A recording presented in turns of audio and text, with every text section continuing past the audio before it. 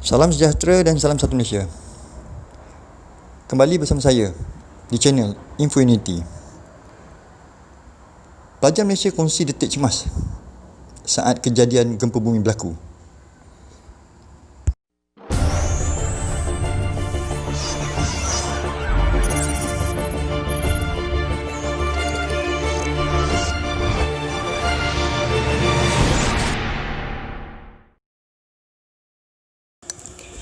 Putrajaya, tidak sampai 10 minit Emelina Syifa Syarizat Razak meletakkan beg di rumah rakannya di Cigli, kira-kira 40 minit dari kediamannya di Bornova, Izmir. Beliau mulai terasa pening dan terhuyang pada tengah hari Jumaat lalu. Biarpun pernah mengalami suasana gempa bumi di Turki sepanjang hampir 6 tahun pengajiannya di negara itu, bagi Emelina 26, itu kali pertama beliau merasai pengalaman sedemikian. Ini kali pertama saya merasakan gempa bumi yang paling kuat sampai saya tak tahu nak buat apa-apa, katanya ketika dihubungi. Melihat keadaannya sedemikian, rakannya yang berbangsa Turki segera mengajak Emelina keluar dari apartmen berkenaan. Emelina berkata, dalam keadaan kelam kabut dan ketakutan itu, mereka tidak sempat mengambil barangan peribadi termasuk telefon bimbit. Sebaliknya terus keluar melompat melalui balkoni rumah rakannya itu yang terletak di tingkat bawah.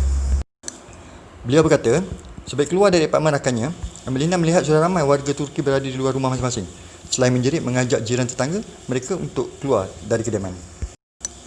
Katanya lagi, mereka berada di luar apartmen 10 tingkat itu untuk beberapa jam, berikutan takut untuk masuk semula ke dalam rumah selepas gempa bumi yang pertama.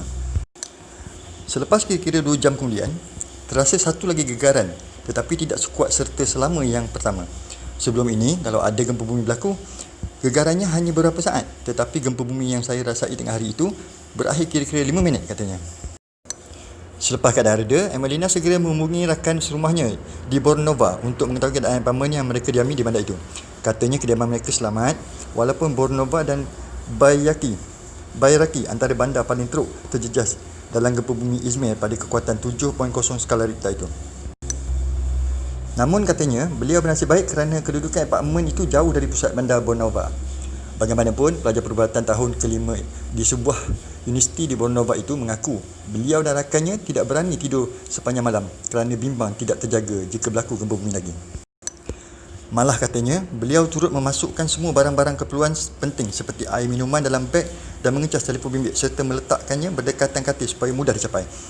Katanya kerajaan Turki turut mengingatkan warganya untuk bersedia keluar dari rumah masing-masing dan mencari perlindungan jika berlaku lagi gempa bumi. Emelina berkata, beliau hanya pulang semula ke rumahnya di Bornova semalam. Ketika pulang, bas yang saya naik juga tidak melalui jalan biasa. Sebaliknya, dipesongkan ke laluan lain bagi membolehkan kerja mencari dan menyelamat mangsa gempa bumi dapat dijalankan. Justru itu, saya tidak dapat melihat sendiri kawasan yang teruk terjejas akibat gempa bumi itu. Pihak berkuasa juga menutup kawasan terjejas itu, katanya.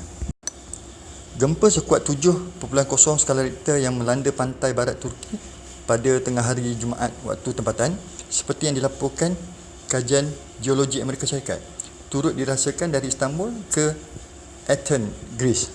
Turut terkesan dengan gempa bumi di laut Athens itu adalah Pulau Samos di Greece.